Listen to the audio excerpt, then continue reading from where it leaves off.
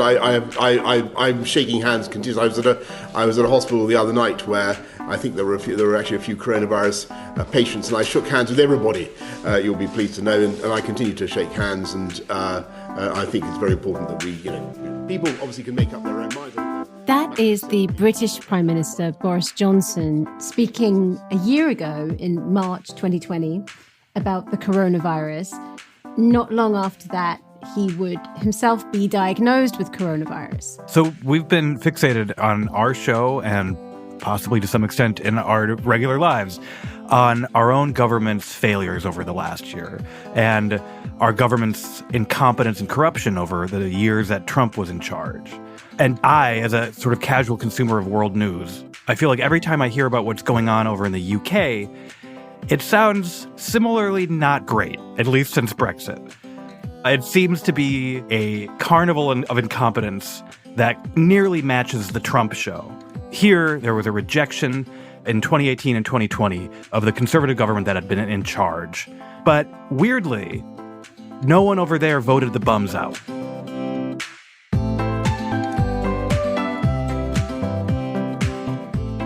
Today on the show, we're talking about British politics. And we're trying to figure out what explains the Conservative Party's extraordinary dominance over the decades. I'm Alex Pareene. I'm a staff writer at The New Republic. And I'm Laura Marsh, the magazine's literary editor. This is The Politics of Everything. For more political and social commentary by some of the country's most acclaimed independent journalists, subscribe to The New Republic with our New Year, New Administration sale. Get 3 months of unlimited digital access for just $5. You can take advantage of the deal at tnr.com/special offer.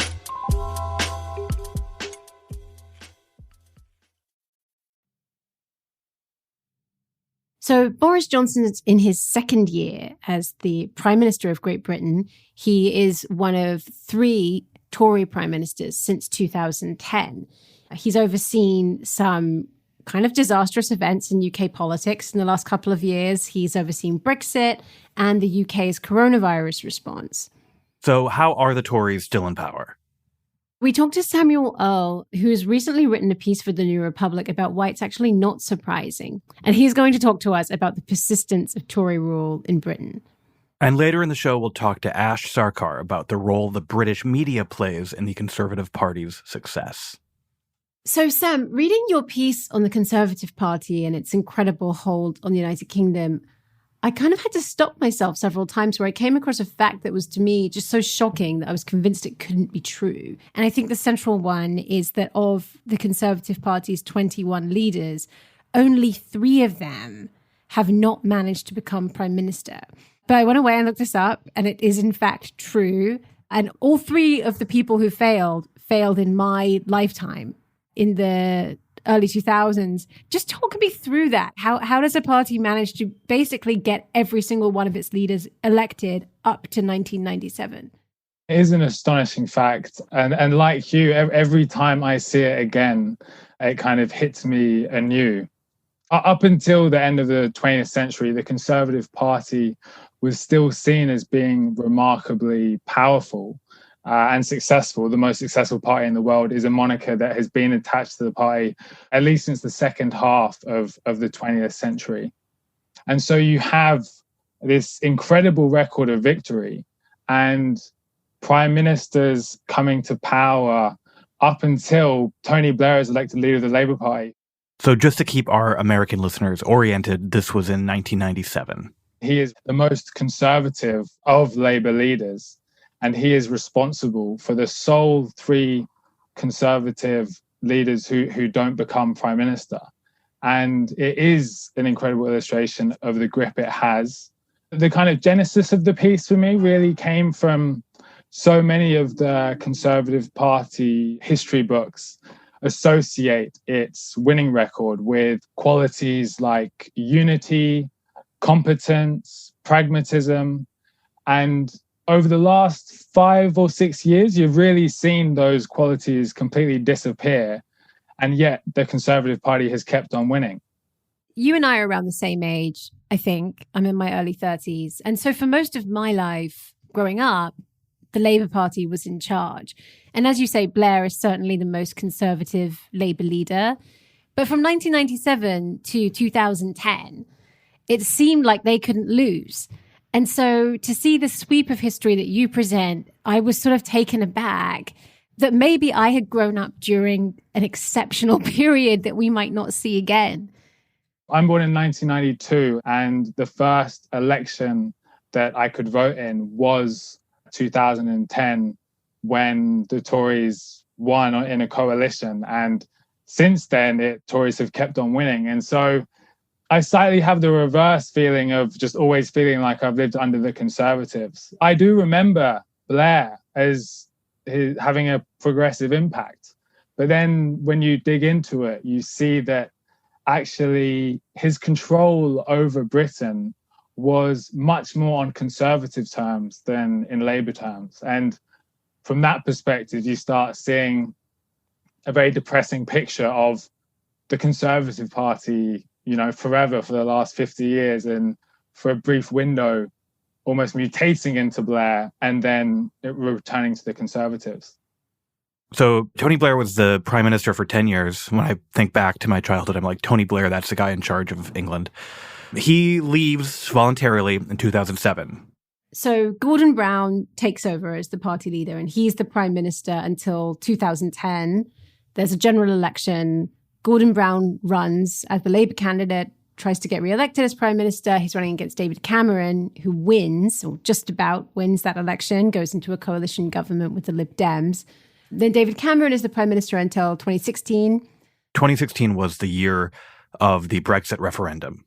He was on the Remain side, and the EU referendum came down for leave. So he says that he would resign if that happened, and he does. So can you bring us back to 2016? Because that seems like a really pivotal moment in the Conservative Party's history. It was such a tumultuous time that everything was just changing so fast. You had Boris Johnson, who had at the last moment decided to campaign for Brexit, not expecting that Brexit would actually win, and he relished it. And then David Cameron resigns after the referendum, and Johnson is widely seen as the favourite to succeed him. And he assembles what is referred to as a dream team, which is him alongside another experienced Conservative and another fellow journalist like him, Michael Gove. And incredibly, over the course of the leadership campaign, Michael Gove then decides that he wants to be prime minister. And then when he decides to run himself, suddenly both their campaigns collapse because it's such a scandal and they've split whatever vote they had. And Theresa May effectively becomes prime minister unimpeded. But they did eventually realize over the course of the 2017 election that there was almost no personality there. And when voters also realized that, and Labour came close to overcoming the Tories in 2017. 2017 was the year of Jeremy Corbyn's first general election as leader of the Labour Party. Then it was really only a matter of time before she was gone. And Johnson had done a good job to be waiting in the wings, and he took over. Britain isn't a country where, you vote for the president the way you vote for Trump or Joe Biden. You vote Conservative, and the party has chosen who the leader is. But that could change during their term in office. Your piece focuses on this problem of how to understand the Conservative Party when they're not presenting themselves as a competent, stabilizing force. So we have David Cameron, who I think actually does a good job of presenting himself that way. He's a credible politician. He's very PR friendly, worked in PR. Once he leaves office after messing up the EU referendum, the Conservative Party enters this chaotic period that I think you've been reckoning with, but with two very different forms of chaos, right? Theresa May, someone who's quite staid, but not particularly competent. And then Boris, who's bumbling and shambolic and just sort of promises to bluster through to get things done. Yeah, so you've got three very different leaders, and there is a common thread running through them, which is whichever leader the Conservative Party membership and MPs deem gives them the strongest chance of winning an election. So this is another question about their success, because the internecine battles for the leadership is a long-standing tradition in the Conservative Party. When you look at the way that Margaret Thatcher, who was the Prime Minister, was ousted by her own party in a backroom kind of coup. And then you look at the struggles to succeed Cameron. I remember that struggle between Gove and Johnson being particularly grisly when I believe Michael Gove's wife was involved in some way. They're all journalists. They're all leaking. They're all writing columns. And there were so many people who kind of slipped up and didn't play that system in the right way and had to kind of withdraw and hope to come back in a slightly less dishonorable form at a later date, which they inevitably do. How do they survive this level of like mistrust and kind of infighting in their own ranks? It's a good question. And I would say, though, that they have got quite an efficient way of dealing with their internal feuds. And as much as they rage on, once there is a winner, there is a tendency, much more than in Labour, to then get behind the leader. And whereas the Labour Party remained utterly divided throughout Corbyn's reign, once Theresa May took over, for the large part, the Tories followed her. Do you want to quickly explain how the Tories select their party leader? That might help explain to how these people win these battles. Yeah, sure. So I think the Conservatives only even introduced leadership elections in the 1960s. And until then, it was just chosen by senior figures within the Conservative Party. But since then, it has evolved into what is now an election among the membership who vote. And because the Conservative Party membership is increasingly small, it's about 150,000 now, I think. If a prime minister resigns, you end up a tiny, tiny fraction of the population electing the prime minister of the country. So something I want to get to is like the nature of this very small party, because not only do they profess to stand for tradition, but the Conservative Party sort of typically represents the aristocracy or moneyed interests in the UK. And you refer to one of its nicknames in the past having been the Cousinhood. Where does that come from? So because the Conservative Party, for a large part of its existence, has drawn its support from the aristocracy, which even in its heyday was such a small part of the British population, you had an incredible incestuousness, frankly, among the Conservative Party, which involved about a third of its 429 members of parliament in the 1930s being able to be placed on the same family tree, and 2 in every 5 belonging to the aristocracy. Now, as the aristocracy has waned and the Conservative Party elite has evolved into other forms, landowners, petty bourgeoisie, etc., it is no longer a family affair in the same way. Yet over 40 of 55 prime ministers in British history have gone to either Oxford or Cambridge.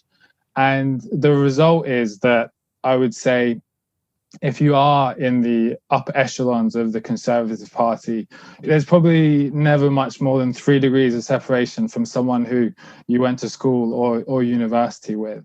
I found very interesting in your piece a point you make about British people's cultural tastes. The fact that they love shows like The Crown, and Poldark, and Downton Abbey. And how much do you think that has an impact when people go to vote? Like, how much do you think it makes them comfortable with being ruled by kind of benign seeming elites? It's a kind of background noise that acclimatizes Brits to those ancient forms and anachronistic forms of power that even in their anachronism and their outdatedness, they still hold this quaint appeal that I think really does resonate around the country. There's no real appetite for republicanism. The House of Lords, it ceased to be hereditary in 1999, but even now, it's just merely appointed by the 2 main parties. And there is this glow around Oxford and Eton and how old these institutions are. And I think that does speak to a certain part of British character, which values that history. From the American perspective, and I know some of the people that we have elected lately, but I hear about that history and I just sort of see Boris himself, and I just think, who does this appeal to? Who's that for? Like, it's a little tough because even our rich jackass who just got elected was a sort of anti-elite rich jackass.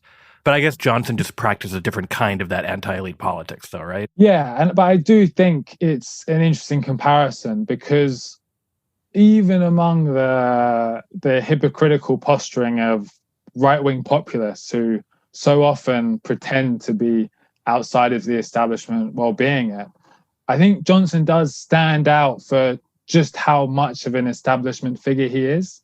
And yet, through Boris Johnson's treatment of politics as a joke, his constant unseriousness, and his unique use of language, we'll call it, he does manage to convincingly come across as someone who is unlike other politicians. A famous test in British politics is, who would you rather have a pint with? X or Y? And Boris Johnson consistently does well on those kind of questions. He seems like a person who you could have a conversation with, who speaks his mind a little bit more freely than what can frankly be quite robotic alternatives in the House of Parliament. So what's clear talking to Sam is that Tory rule really has been the norm for most of British history. And the party's willingness to get behind whoever is in power kind of helps them hang on to rule once they are voted in. One thing that helps them fall in line seems to be their very close ties to the press.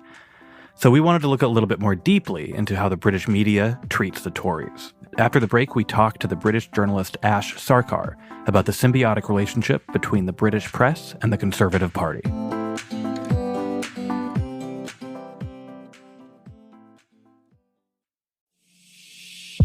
America's new and small businesses are in crisis, and COVID-19 has only exacerbated the racial, gender, and geographic inequities entrepreneurs face. We need to break down systemic barriers so that all business owners, including entrepreneurs of color, women, and those in rural areas, can succeed. America's New Business Plan is a bipartisan policy roadmap with recommendations for the local, state, and federal levels. America's New Business Plan will help policymakers increase access to entrepreneurship, create jobs, and build an economy that works for all Americans. The plan is powered by Start Us Up, led by the Kauffman Foundation and a coalition of more than 200 entrepreneurship advocacy groups across the country. Entrepreneurs are innovators, create jobs, and are on the front lines to rebuild our economy. It's time we support them. Download the full roadmap of America's New Business Plan. Visit startusupnow.org/rebuild.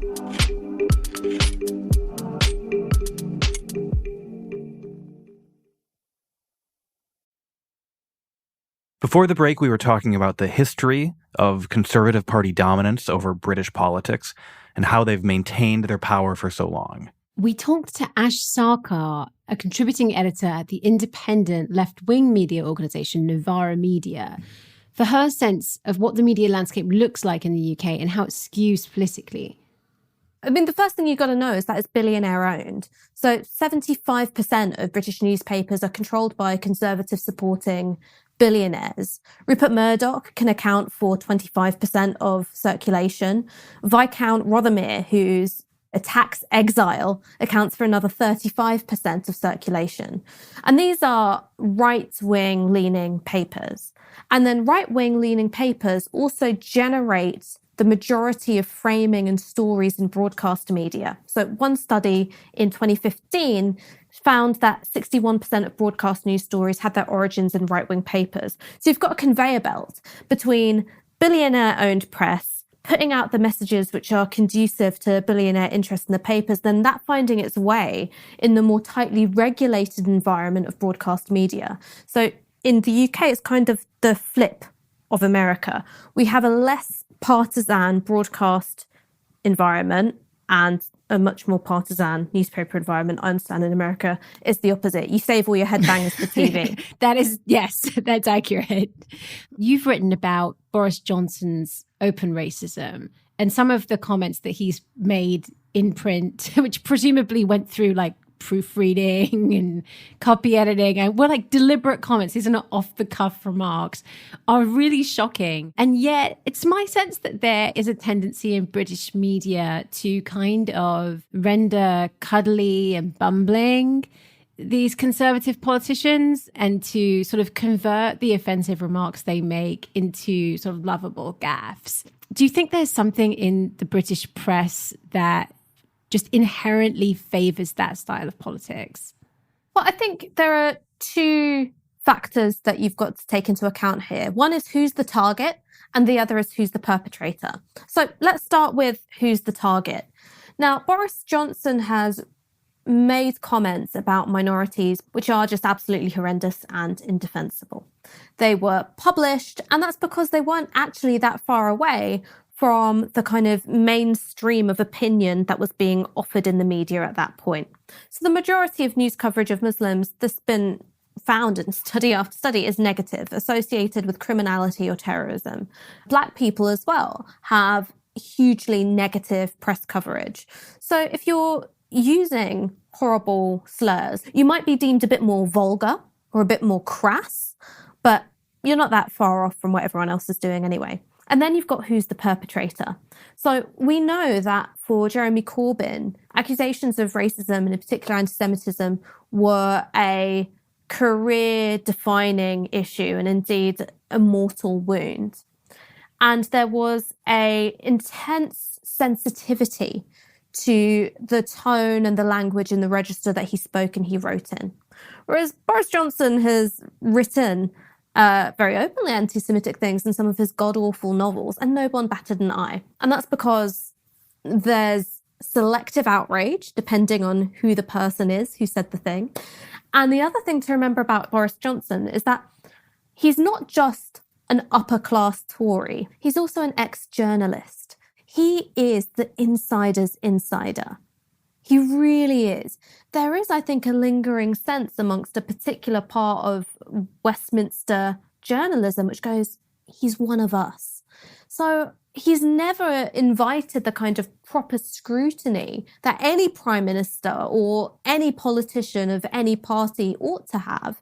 I've written here in the U.S. about the relationship between the conservative media and the Republican Party, which I sort of see as, at this point, the media sort of drives the Republican Party here. It seems like the relationship is almost more fluid there, where there's even less of a distinction between the Conservative Party and the conservative media. Like Boris is one and the same. Is that accurate?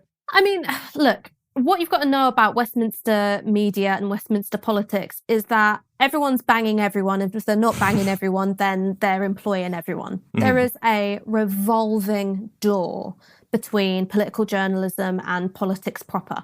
So Allegra Stratton, who's the Prime Minister's new spokeswoman, she has her origins in political journalism. She was the political editor of ITV News. Before that, she was at Newsnight. You know, you had Ross Kempsell, who did a journey from political radio into Downing Street and then out again. And before he got a job at Downing Street, he distinguished himself by doing this absolutely pathetic softball interview with Boris Johnson going, "What's one of your hobbies, Prime Minister?" So that the Prime Minister could go, "I like painting wine crates into a bus, a beautiful big red bus." And it was client journalism. But that's the thing. If you're a good client journalism, either you're rewarded with access, so kind of insider briefings and interview time that other journalists are struggling to get, or you're rewarded with a job at the end of it. It's really not that subtle. So this is very unusual in the US. It's very different. In the US, the idea of a journalist becoming the president is kind of would be crazy. And I'm always trying to explain it to people that George Osborne, who was the chancellor, is now the editor of the Evening Standard, which is the free newspaper that everyone can get in London. If you just ride the tube, you pick up a copy and you're getting like a nice package of opinion that has been formed by the person who used to run the whole treasury. Like it's like sort of a weird pipeline where probably the easiest way to become a successful politician would be to become a columnist. You're saying I should move to the UK and become a centre-right columnist if I want Yeah, more political power? absolutely. It's the easiest way to get into politics or to bang someone in politics. Our mechanisms of accountability are completely broken. The relationship between press and politician should be predator and prey. That's what it should be. And it doesn't matter who the politician is. I think that that's what it should have been for Jeremy Corbyn. I think that that's what it should be. If one day you've got President AOC, that's how I think it ought to be as well. Mm-hmm. But if you've got a revolving door between the press and politicians, then something clearly isn't working here. Right. Because a politician should feel so pissed off at how they've been handled by the press that they would never dream of giving an editor a job, and they would never dream of entering that profession themselves. So, Ash, you've written for The Guardian, which is essentially the paper of the left wing in the UK, but you're a senior editor at an alternative media company, Novara Media. Why did you choose that as sort of your main affiliation as opposed to just working for The Guardian? Because I couldn't get a job anywhere else. That's a great answer. Well, my politics are with Novara Media. You say that The Guardian is the paper of the left. It's not really. The equivalent would be it's the paper of Nancy Pelosi. So it's the sort of establishment wing of the centre-left. Whereas Novara Media, we emerged out of a movement context. So all of us met when we were occupying our universities, when at the time, coalition government between the Conservatives and the Liberal Democrats conspired to treble university tuition fees. And we identified that there was an intellectual space which needed filling for the left. So we were having all of these discussions, not just about the immediate politics of what was going on, but the kind of theory behind it.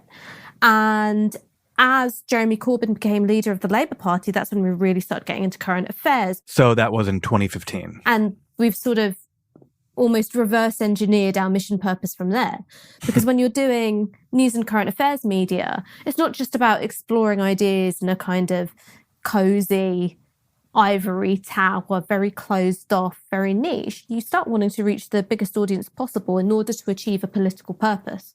And The Guardian, God love them, they do put out some good stuff, but ultimately they've been an obstacle to that politics rather than a facilitator of it. But the movement of young people who were radicalized or became interested in politics, at least around the same time of you, is huge. But the coverage of it in the mainstream media has been not exactly receptive. How would you characterize the way that the rising left has been portrayed? Badly, I would say. Well, first you've got to work out who the electorate is. Is the voter, the legitimate voice in politics, a young person who's been burdened and crushed by student debt, forking out half of their income per month on an ex-council flat from some awful landlord? Is that the legitimate voter? Or is it a retired socially conservative homeowner who lives somewhere in England? And that older homeowner has been the model of the voter, and in particular the swing voter, for very many years now.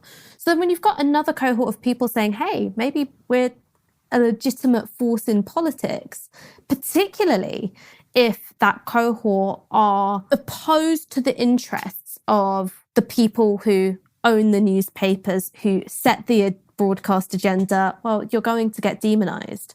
So it meant that either Corbyn supporters were characterised as frothing, mad Marxist extremists, as anti-Semites, as people who are in league with, Muslims, aka terrorists, and were completely traduced in the papers. And that had really violent effects. During the 2019 general election, Labour canvassers were attacked. And these were kind of old, sweet Social Democrats and socialists going around with their clipboards. Somebody ended up with broken ribs.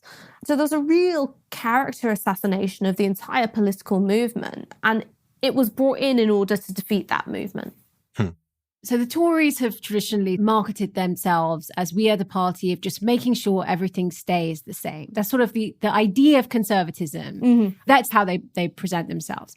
Yet since 2010, we have seen more political issues come onto the table in Britain and more cans of worms opened than I think anyone ever anticipated.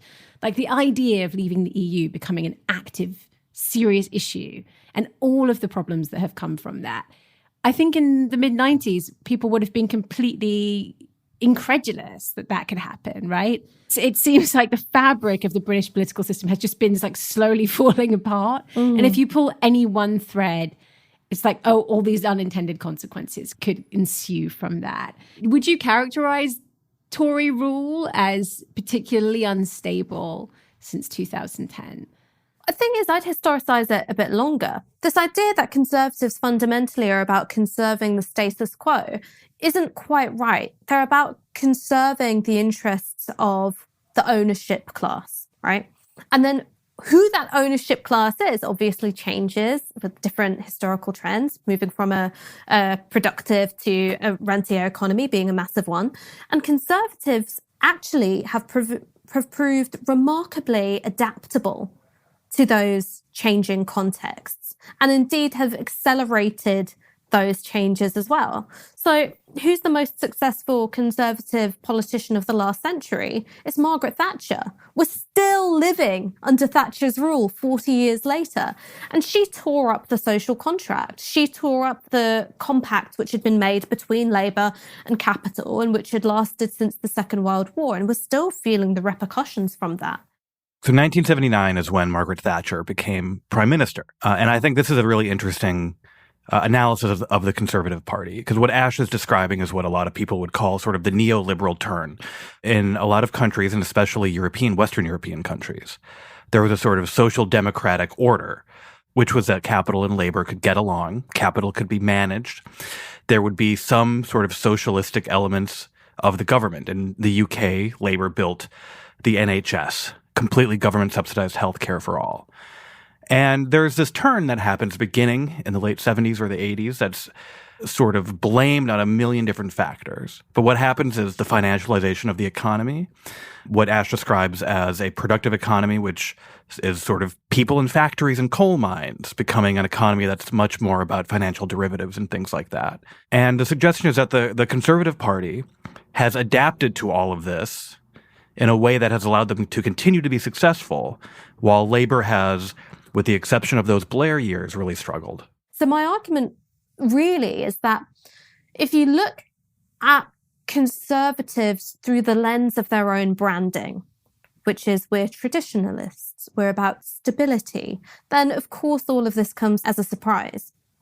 But when you look at perhaps there having been two Conservative parties, one which takes you up to 1979, and then another which has been more chameleonic in lots of ways, which has proved adaptable, then a lot of things make sense. So you look at a chancellor like Rishi Sunak, who once upon a time was a deficit hawk, now making some quite big, splashy promises on public spending, increasing corporation tax. Those look like counterintuitive things for him to do. Well, no, he's following in the footsteps of those great adapters within the Conservative Party.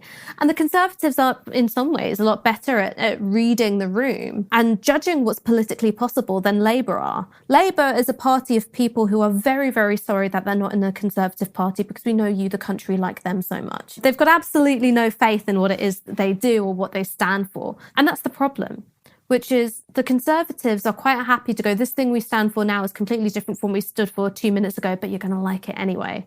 Whereas Labour are so obsessed with appearing authentic that they can never truly do so. So, Alex, to answer your question at the very beginning of the show of why is Boris still in office after a not particularly brilliant 2 years and disastrous handling of COVID, I think the answer is that almost every cultural, historical, structural factor in British politics conspires to favour the Tories.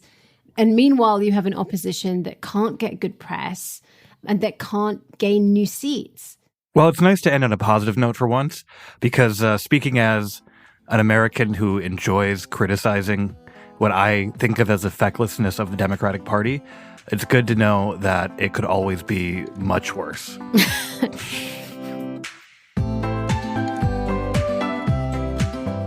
The Politics of Everything is co-produced by Talkhouse. Emily Cook is our executive producer. Kevin O'Connell is our audio engineer. If you enjoy The Politics of Everything and want to help support the show, something you can do is share your favorite episode with a friend. Thanks for listening.